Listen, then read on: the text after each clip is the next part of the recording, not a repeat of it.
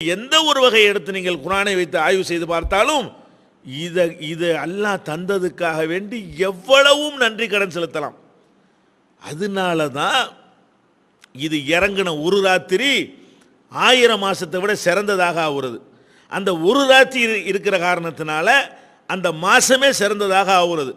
அதுக்குத்தான் அல்லாஹ் என்ன செய்யறான், டேய் உனக்கு என்னத்தை நான் தந்திருக்கிறேன், அதுக்கு நீ என்ன செய்ய போற, நோன்பு வை. நோன்பு வைக்க சொன்னது கூட காரணம் என்ன, உங்கள்கிட்ட தந்துட்டு எல்லாம் நோன்பு வைக்க சொல்றான். ஷஹ்ரு ரமலான் அல்லது உன்சில பிஹில் குர்ஆன், இந்த ரமலான் மாதத்தில் தான் குர்ஆன் அருளப்பட்டது. குர்ஆன் அருளப்பட்ட எங்களுக்கு என்னன்னு கேட்குறீங்களா? ஹுதன் லின்னாஸ், அந்த குர்ஆன் மனிதனுக்கு நேர்வழி காட்டும். ஒபையினாத்தி மினல் ஹுதா வல் ஃபுர்கான், அந்த நேர்வழியை தெளிவாக காட்டும், சத்தியத்தையும் அசத்தியத்தையும் வேறுபடுத்தி காட்டும். எனவே ஃபமன் ஷஹித மின்குமுல் ஷஹ்ர ஃபல்யஸ்முஹு, உங்களில் யார் அந்த மாதத்தை அடைகிறாரோ அம்மாதத்தில் அவர் நோன்பு நோக்கட்டும்.